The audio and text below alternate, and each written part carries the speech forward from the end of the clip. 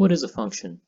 Well, a function is a type of relation, and we've talked about what a relation is in math before, right? If we have something like a linear equation like y equals 3x plus 2, we all know that represents a linear expression, right? This is a linear relation, in other words. But a function is a specific type of relation. So if we have something like this, we can always draw it, right?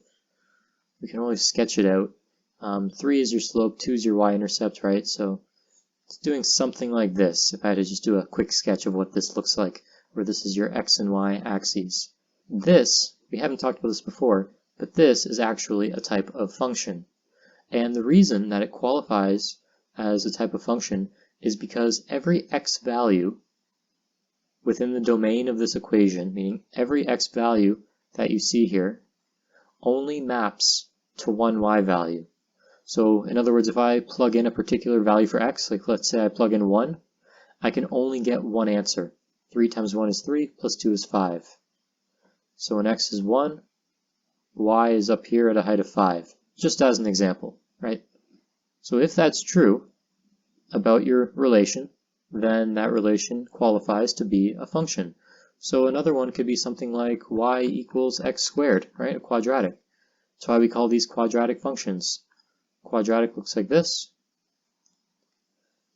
For any x value you plug in, you can only get one y value, right?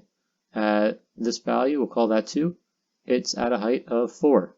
You don't have multiple points, like a point up here or a point down here in a row like that. It doesn't exist.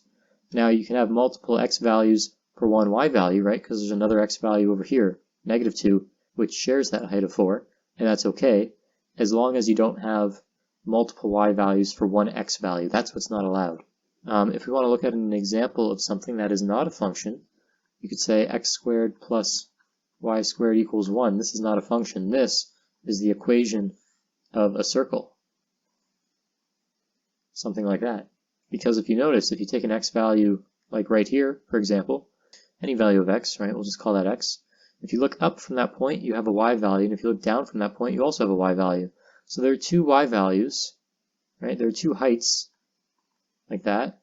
There's another one down here, like that. So you actually have 2 points that share the same x value. That's not allowed in a function. And so another, perhaps more practical way that you can determine if a graph is a function or not is by using what we call the vertical line test. What is the vertical line test? Well, let's do a few examples, and from this we should be able to tell if something is a function or not. We'll do 3, so I'm going to draw 3 planes like this. The first one will just be a quadratic like that. This next one will be some sort of polynomial function like that.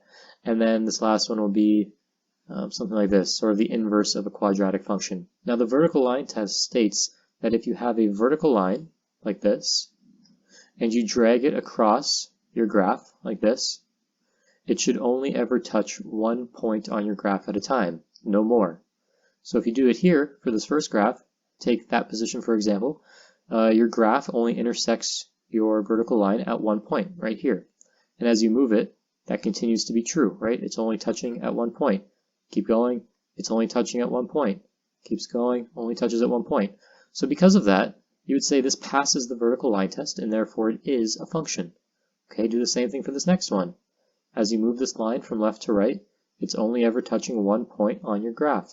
Therefore, it passes the vertical line test, and it's a function. This is just a way to visualize the idea that for every x value, you can only have one y value, right? As you continue to move to this one, okay, what's happening here? Well, it looks like we're encountering a problem because our graph is touching the line at 2 spots, right? Down here and up here. Because of that, this last relation would not qualify as a function. So it's still a relation, you can still write an equation for it, you can still graph it, but it does not qualify as a function because it fails the vertical line test. Because you have multiple points that share an x value, right? Like you have a point up here and a point down here that have the same x value. That x value has 2 points with different y values at that x value. That is not allowed for a function. Okay, let's look at some other ways that we can discuss what a function is and maybe figure out if it's a function or not. Let's say you're given data like this. You're told that you have some x values and some y values, And you might see this in your textbooks. They'll give you two sort of ovals like this, and they'll have some numbers inside like 1, 2, 3, 4, and then for y they'll give you 4, 7, 9, 6, 3, and they'll show some x values mapping to y values. So for example, you'll have 1 going to 4, that means you have the point 1, 4. You'll have the number 2 going to 7, that means you have the point 2, 7 on your function or on your graph. You'll have the point 3, 9, and you'll have the point 4, 6, and then you also have the point 4, 3. This is a problem. The fact that 4 maps to two different y values is a problem. That fact tells us that this does not represent a function, right? Not a function. Now you could have something that goes like this. You could have, for your x values and y values, you could have 1, 2, 3, 4. And for y, you could have 11, 13, 20. And you could have 1 going to 11, you could have 2 going to 13, you could have 3 also going to 13, and then 4 going to 20. This is perfectly allowed. This is a function. Because you can have two x values going to a single y value, that's absolutely okay. The y value just represents the height of the point at those x values. They can be at the same height, right? That's just like having a quadratic, right? Where you have two x values, one over here, that both have the same height. That's okay. It's the opposite that's a problem. It's the situation up here that's a problem, where you have one x value going to two y values. Okay, again, the example of that is the inverse relation to the quadratic, where it looks like this, where you have a particular x value and it goes to one y value and another y value, therefore failing the vertical line test.